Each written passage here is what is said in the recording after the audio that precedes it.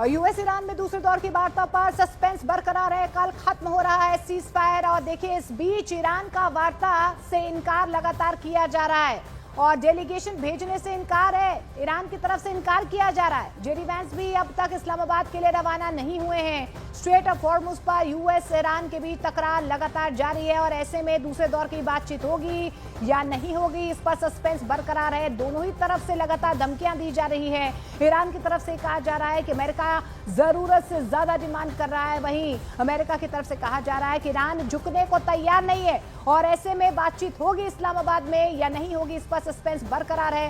हालांकि देखिए तैयारियां इस्लामाबाद में पूरी हो चुकी हैं दूसरे दौर की बातचीत के लिए।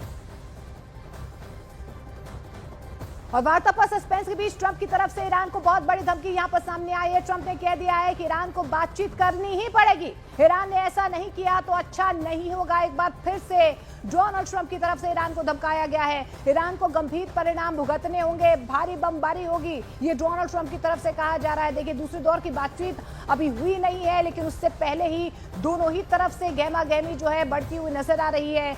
ईरान की तरफ से कहा जा रहा है कि हम पूरी रणनीति के साथ तैयार है, वहीं अमेरिका भी कह रहा है कि ईरान को बातचीत करनी ही होगी। और इस्लामाबाद में अमेरिका और ईरान के बीच बातचीत से पहले ईरान के विदेश मंत्री अब्बास अरागची की तरफ से एक अहम चेतावनी सामने आई है। इंपॉर्टेंट न्यूज आ रही है। अरागची ने कहा है कि धमकियों के साए में बातचीत नहीं होगी। अरागची ने यह भी कह दिया है कि बातचीत फेल हुई तो नए कदम उठाएंगे, यानी कि ईरान की तरफ से प्लान बी पर भी काम किया जा रहा है। यूएस ईरान वार्ता से पहले अरागची की तरफ से डोनाल्ड ट्रंप को अमेरिका को धमकाया गया है कि इस तरीके से जो उकसावे की रणनीति अमेरिका की तरफ से चलाई जा रही है, दबाव की रणनीति चलाई जा रही है, ऐसे धमकियों के बीच बातचीत नहीं होगी। लेकिन ईरान पूरे तरीके से तैयार है।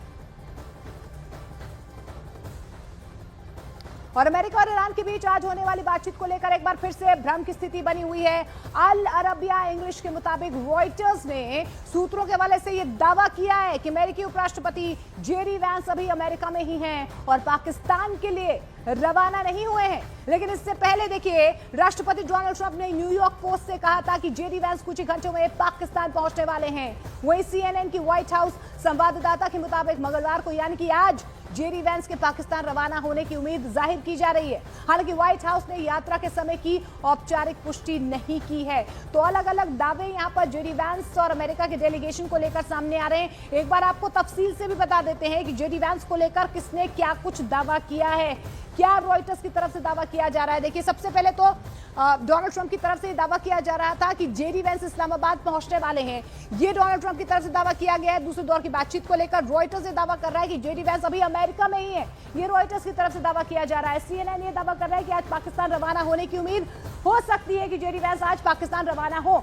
एपी की तरफ से कहा जा रहा है कि सोमवार सुबह व्हाइट हाउस में जेडी वैंस नजर आए थे। अब ऐसे में जेडी वैंस अपने डेलीगेशन के साथ इस्लामाबाद जाते हैं नहीं जाते हैं, इसको लेकर सस्पेंस बरकरार है। लेकिन अलग अलग दावे यहां पर सामने आ रहे हैं। शांति वार्ता को लेकर ईरान की तरफ से एक बहुत इंपॉर्टेंट बयान सामने आया है। ईरान की मीडिया के दावे के मुताबिक ईरान की तरफ से अमेरिका के साथ बातचीत में शामिल होने पर विचार चल रहा है, लेकिन अभी तक कोई अंतिम फैसला जो है वो नहीं लिया गया है। ईरान अमेरिका वार्ता पर संशय के बीच ईरान के उप विदेश मंत्री ने अमेरिका पर कड़ा रुख यहां पर दिखाया है। डिप्टी विदेश मंत्री ने कहा है कि अमेरिका को अत्यधिक मांगे जो है वो छोड़नी होंगी। जरूरत से ज्यादा जो डिमांड यहां पर अमेरिका की तरफ से किया जा रहा है उसे कम करना होगा। ईरान के डिप्टी विदेश मंत्री ने यह भी कहा है कि मौजूदा संकट का एकमात्र समाधान कूटनीति है, दबाव नहीं है। और ईरान और अमेरिका के बीच दूसरे दौर की बातचीत से पहले अमेरिकी राष्ट्रपति डोनाल्ड ट्रंप की तरफ से एक अहम बयान सामने आया है। ट्रंप ने ईरान को भारी बमबारी की चेतावनी दे दी है। ट्रंप ने पीबीएस न्यूज को बताया कि अगर ईरान के साथ सीज फायर खत्म होता है तो बहुत सारे बम फटने लगेंगे। ट्रंप ने यह भी दावा किया है, यह भी कहा है कि ईरान के पास न्यूक्लियर हथियार नहीं हो सकता है। एक बात फिर से दोहराते हुए नजर आ रहे हैं डोनाल्ड ट्रंप की, ईरान के पास न्यूक्लियर हथियार नहीं हो सकता है और अगर बातचीत नहीं होती है, सीज फायर टूटता है तो ईरान को खामियाजा भुगतना होगा। ईरान और अमेरिका के बीच आज दूसरे दौर की शांति वार्ता हो सकती है। इस्लामाबाद में 20,000 सुरक्षा कर्मियों की तैनाती का दावा किया जा रहा है। ट्रंप के मुताबिक ईरान समझौते पर आज पाकिस्तान में साइन किए जाएंगे। बैठक पाकिस्तान की राजधानी इस्लामाबाद के सेरेना होटल में आयोजित की जाएगी। तो इस्लामाबाद में तैयारियां पूरी कर ली गई हैं। पाकिस्तान ने एक बार फिर से मीडिएटर का रोल निभाने की कोशिश यहां पर की है, लेकिन बातचीत होगी या नहीं होगी इस पर सस्पेंस बरकरार है। लेकिन मध्यस्थता यहां पर पाकिस्तान कर रहा है। जेडी वैंस अभी अमेरिका में है या इस्लामाबाद रवाना हो रहे हैं, इस पर भी सस्पेंस बरकरार है। लेकिन इस्लामाबाद में पूरी तैयारियां हैं, 20,000 सुरक्षा कर्मियों की तैनाती कर ली गई है। और इस बीच अमेरिकी राष्ट्रपति डोनाल्ड ट्रंप ने ट्रुथ सोशल पर स्ट्रेट ऑफ हॉर्मुज को लेकर ईरान को एक बार फिर से धमका दिया है। देखिए, ट्रंप ने लिखा है कि जब तक ईरान से किसी समझौते के लिए ईरान तैयार नहीं होता है, तब तक अमेरिका उसके बंदरगाहों की समुद्री घेराबंदी नहीं हटाएगा। ट्रंप का यह भी दावा है कि इस घेराबंदी से ईरान पूरी तरह से तबाह हो रहा है। उसे हर दिन करीब 4600 करोड़ रुपए का भारी नुकसान हो रहा है। तो ईरान के समझौते के बाद ही कहीं ना कहीं नाकेबंदी हटाई जाएगी, ये ट्रंप ने संकेत दिए हैं। लेकिन अगर ईरान झुकता नहीं है, मानता नहीं है, तो अमेरिका की तरफ से स्ट्रेट ऑफ हॉर्मुज पर जो नाकेबंदी की गई है, घेरेबंदी की गई है, उससे पीछे अमेरिका नहीं हटेगा। हालांकि तैयारी जो है रेड सी में भी अमेरिका की तरफ से पूरी कर ली गई है, लेकिन दोनों के बीच बातचीत को लेकर अब भी सस्पेंस बरकरार है। अब आपको ये भी बता देते हैं कि ट्रंप ने ईरान को क्या क्या धमकियां दी है। लगातार जो है ट्रंप की तरफ से बयान सामने आ रहे हैं। सीज फायर खत्म होते ही भारी बमबारी होगी, ये अमेरिका की तरफ से धमकाया गया है। न्यूक्लियर हथियार पूरी तरह से अस्वीकार्य है, ईरान न्यूक्लियर हथियार नहीं बना सकता है। ईरान पर सख्त आर्थिक नाकेबंदी अमेरिका की तरफ से की जाएगी। ईरान को रोज 4600 करोड़ रुपए का नुकसान हो रहा है, ये भी दावा अमेरिका की तरफ से किया जा रहा है। बिना ठोस समझौते के नाकेबंदी नहीं हटेगी, ये डोनाल्ड ट्रंप की तरफ से एक बार फिर से धमकाया गया है। युद्ध को बहुत बड़े अंतर से हम जीत रहे हैं। अमेरिका ने फिर से दावा किया है कि अमेरिका इस युद्ध में बहुत आगे जा चुका है। अमेरिकी सेना का प्रदर्शन बेहद शानदार रहा है, यह भी दावा किया गया है। ईरान की नौसेना, वायुसेना तबाह हो चुकी है। ईरान में सत्ता परिवर्तन संभव है, यह अमेरिका की तरफ से दावा किया जा रहा है। लेकिन यूएस ईरान की बातचीत के बीच एक और इंपॉर्टेंट न्यूज सामने आ रही है। बड़े हमले की तैयारी यहां पर ईरान कर रहा है। देखिए, तस्नीम न्यूज एजेंसी की तरफ से दावा किया जा रहा है ईरान के निशाने पर ऑयल फैसिलिटीज हैं। ये तस्नीम न्यूज की तरफ से दावा किया जा रहा है कि ईरान की तरफ से भी तैयारी पूरी कर ली गई है। हॉर्मुज को पूरी तरह से बंद कर सकता है ईरान, ये दावा किया जा रहा है। और अगर ऐसा होता है तो दुनिया के 32% तेल सप्लाई पर इसका बहुत बड़ा व्यापक असर हो सकता है। आर्थिक अव्यवस्था जो है वो चरमरा सकती है, क्योंकि जिस तरीके से दुनिया के 32% तेल सप्लाई का यही एकमात्र सहारा है। और अगर स्ट्रेट ऑफ हॉर्मुज पर एक बार फिर से कंट्रोल यहाँ पर ईरान का होता है तो खामियाजा पूरी दुनिया को भुगतना होगा। एक और इंपॉर्टेंट न्यूज आ रही है। देखिए, पाकिस्तान के गृह मंत्री मोहसिन नकवी ने ईरानी राजदूत रेजा अमीरी मोकदम से मुलाकात की है। दोनों की यह मुलाकात अमेरिकी दूतावास में हुई है। इस दौरान अमेरिका के साथ संभावित बातचीत और क्षेत्रीय तनाव कम करने के मुद्दे पर चर्चा हुई है। तो दोनों के बीच बातचीत हुई है। दूसरे दौर की बातचीत को लेकर दोनों ही तरफ से लगातार जो है अपने अपने कड़े रुख दिखाए जा रहे हैं। लेकिन ऐसे में पाकिस्तान की तरफ से एक बार फिर से यहाँ पर कोशिश की जा रही है कि कूटनीति का रास्ता दोनों तरफ से अपनाया जाए। और ईरान के राष्ट्रपति मसूद पेजेश्कियान ने अमेरिका को लेकर कड़ा बयान दिया है। उन्होंने कहा है कि अमेरिका के दबाव के आगे ईरान झुकेगा नहीं। ईरान के राष्ट्रपति ने यह भी कहा है कि अमेरिका पर ऐतिहासिक अविश्वास है, यानी कि अमेरिका पर भरोसा ही नहीं है।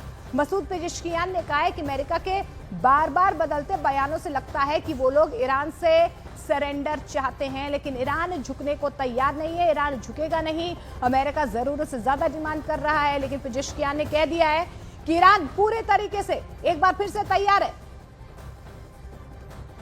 तो एक तरफ इस्लामाबाद में अमेरिका ईरान के बीच दूसरे दौर की बातचीत की तैयारी हो रही है, तो वहीं पाकिस्तानी राजधानी इस्लामाबाद के पास नूर खान बेस पर एक अमेरिकी विमान को आते हुए देखा गया है।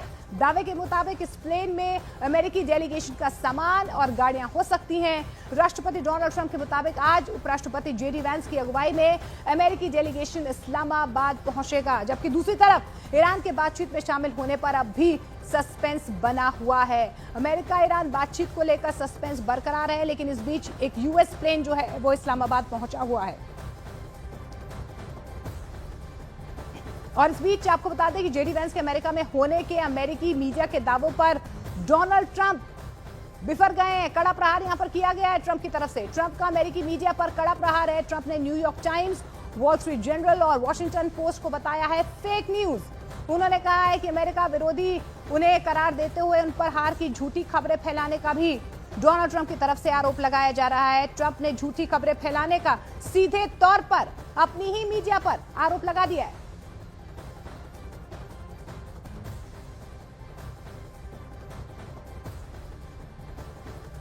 और इस बीच न्यूयॉर्क पोस्ट के हवाले से एक और अहम खबर आ रही है। बड़ी डेवलपमेंट है। अमेरिकी राष्ट्रपति डोनाल्ड ट्रंप ने ईरान के बातचीत से इनकार के दावों को खारिज कर दिया है। ट्रंप ने कहा है कि पाकिस्तान में दोनों देशों के डेलीगेशन के बीच बातचीत होगी। ट्रंप ने यह भी कहा है कि जरूरत पड़ी तो खुद ईरानी नेताओं से वो मिल सकते हैं। तो देखिए, ट्रंप एक तरफ तो धमका रहे हैं, ईरान को उकसा रहे हैं, वहीं दूसरी तरफ ये कह रहे हैं कि ईरान से बातचीत तो जरूर होगी और जेडी वेंस की अध्यक्षता में होगी, और अगर जरूरत पड़ी तो वो खुद ईरानी नेताओं से मुलाकात कर सकते हैं। और नाकेबंदी के बीच ईरानी जहाजों ने हॉर्मुज पार कर लिया है। अल जजीरा के हवाले से बहुत बड़ी खबर सामने आ रही है। अमेरिकी नाकेबंदी से गुजरे हैं ईरान के जहाज। ये बहुत बड़ा डेवलपमेंट है स्ट्रेट ऑफ हॉर्मुज को लेकर। जिस तरीके से ईरान की तरफ से लगातार कंट्रोल करने की बात की जा रही है, अमेरिका यहाँ पर नाकेबंदी करे हुए है, लेकिन इस बीच देखिए हॉर्मुज पर अमेरिका और ईरान के बीच तनाव लगातार जारी है। और तनाव के बीच, नाकेबंदी के बीच ईरानी जहाजों ने हॉर्मुज को पार कर लिया है। अल जजीरा की तरफ से ये बहुत बड़ा दावा किया जा रहा है। तो नाकेबंदी को लेकर देखिए अमेरिका की तरफ से लगातार दावे किए जा रहे हैं, लेकिन स्ट्रेट ऑफ हॉर्मुज को पार किया है ईरानी जहाजों ने, यह भी दावा किया जा रहा है अल जजीरा की तरफ से। और एक तरफ पाकिस्तान में अमेरिका और ईरान के बीच आज बातचीत होने का दावा किया जा रहा है, तो दूसरी तरफ ईरान और रूस के बीच कूटनीतिक संपर्क तेज हो गया है। ईरान के विदेश मंत्री सैयद अब्बास अरागची और रूस के विदेश मंत्री सरगेई लावरोव के बीच फोन पर बातचीत हुई है।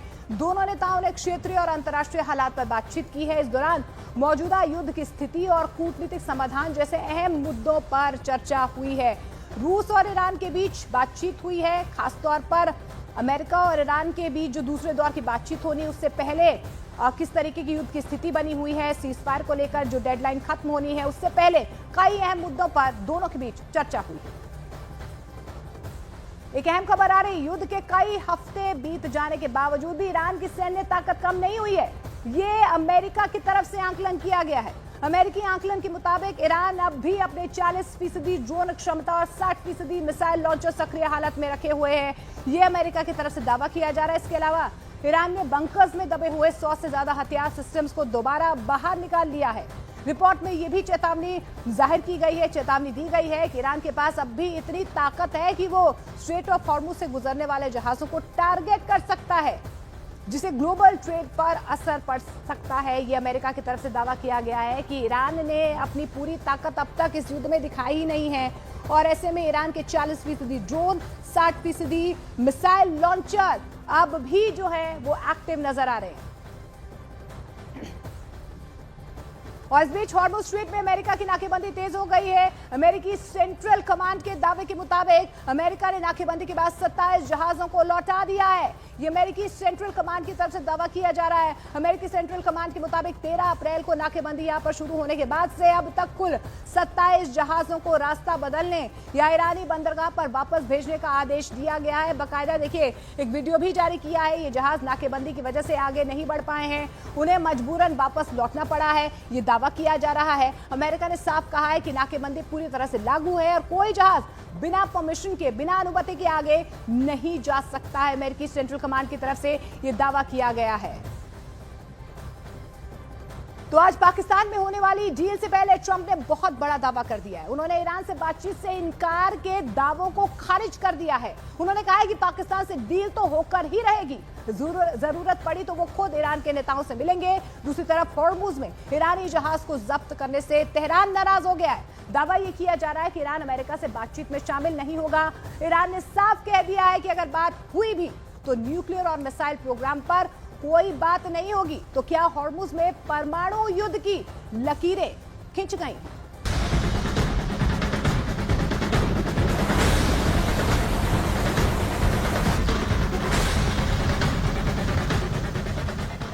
क्या 35 से 40 किलोमीटर दायरे में फैले इस समुद्री गलियारे में सबसे बड़ा युद्ध होने वाला है? हालात ऐसे हैं कि ये जंग परमाणु धमाके तक पहुंच सकती है। इस समुद्री गलियारे की तपिश फारस और ओमान की खाड़ी से होते हुए दक्षिणी चीन सागर तक पहुंच गई है और इस जंग के लिए कई देशों ने मोर्चा खोल दिया है। क्या ट्रंप ने तय कर दिया है परमाणु युद्ध? क्या हॉर्मुज के तंग गलियारे में बनेगा दुनिया का सबसे खतरनाक वॉर जोन? क्या अमेरिका और ईरान आमने सामने खड़े हो चुके हैं और अब सिर्फ पहली गोली चलने का इंतजार है? क्या ये सिर्फ जहाजों की भिड़ंत है या सुपर पावर की सीधी जंग? क्या बातचीत की टेबल पलट चुकी है और अब बंदूकें ही फैसला करेंगी?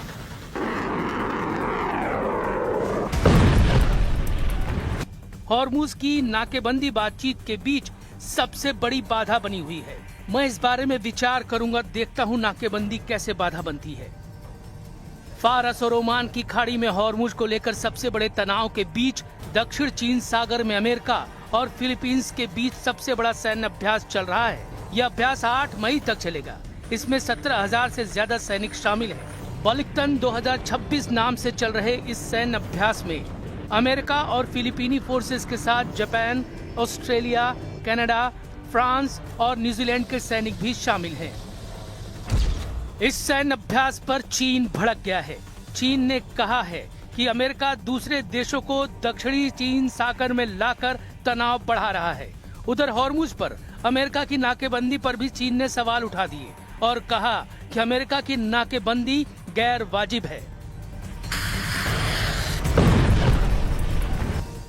दुनिया की तेल सप्लाई के दिल हॉर्मुज में अभी तनाव अपने सबसे खतरनाक स्तर पर पहुंच चुका है। अमेरिका आरोप लगा रहा है कि ईरान जहाजों को खतरे में डाल रहा है। ईरान ने पलटवार करते हुए अमेरिका को समुद्री डकैत बता दिया। अमेरिका ने ईरान के एक जहाज को जब्त किया तो ईरान ने बदले की कसम खा ली।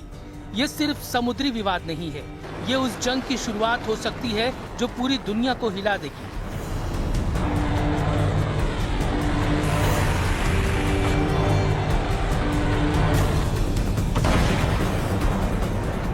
ईरानी जहाज MV तोस्का ईरान के बंदरगाह बंदर अब्बास की तरफ 17 नॉट की रफ्तार से बढ़ रहा था। यूएस नेवी ने हॉर्मुज के पास जहाज को घेर लिया। गाइडेड मिसाइल डिस्ट्रॉयर USS स्प्रूवेंस ने ट्रैक किया। रेडियो और वीडियो सिग्नल के जरिए 6 घंटे तक चेतावनी दी, लेकिन ईरानी जहाज ने अमेरिकी चेतावनी को मानने से इनकार कर दिया। USS स्प्रूवेंस ने 5 इंच MK-45 तोप से तोस्का के इंजन रूम पर कई राउंड फायर किए। इस एक्शन में तोस्का का प्रोपल्शन सिस्टम तबाह हो गया। इसके बाद amphibious assault ship USS Tripoli से US मरीन हेलीकॉप्टर में सवार होते हुए तोस्का पर पहुंचे। US मरीन ने फास्ट ट्रोपिंग तकनीक से हवा में सीधे जहाज के डेक पर उतरना शुरू किया और ईरान के मालवाहक जहाज तोस्का को अपने कब्जे में ले लिया। ईरान के खिलाफ अमेरिका के इस ऑपरेशन में USS स्प्रूवेंस का इस्तेमाल हुआ। यह अमेरिका का एडवांस और शक्तिशाली गाइडेड मिसाइल डिस्ट्रॉयर युद्धपोत है। अपने गन फायर से जहाज के प्रोपल्शन सिस्टम को तबाह कर सकता है। USS ट्रिपोली अमेरिका का हमलावर जहाज है जो पानी और जमीन दोनों पर युद्ध करने में सक्षम है। इसे खास तौर पर F-35 फाइटर और मरीन सैनिकों को तैनात करने के लिए विकसित किया गया है। ये करीब 844 फीट लंबा और 50,000 टन वजनी शक्तिशाली युद्धपोत है। MK-45 naval gun fully automatic gun है जो 16 से 20 राउंड प्रति मिनट फायर कर सकता है। इसका इस्तेमाल इंजन रूम को नाकाम करने के लिए किया गया। और इस बीच देखिए इजरायल और लेबनान में भी लगातार तनाव बढ़ता हुआ नजर आ रहा है। सीज फायर के बीच लेबनान पर इजरायल के हमले बहुत ज्यादा तेज हो चुके हैं। दक्षिण लेबनान में IDF की तरफ से बड़ा ग्राउंड ऑपरेशन किया गया है। हिजबुल्लाह के ठिकानों को IDF ने निशाना बनाया है। हिजबुल्लाह को भारी नुकसान पहुंचाने का दावा IDF की तरफ से किया गया है। इजरायली सेना ने हमले का ये वीडियो भी जारी किया है। दक्षिण लेबनान में IDF की तरफ से ये बहुत बड़ा ग्राउंड ऑपरेशन किया गया है। IDF की तरफ से दावा किया जा रहा है कि हिजबुल्लाह के कई ठिकानों को ध्वस्त कर दिया गया है।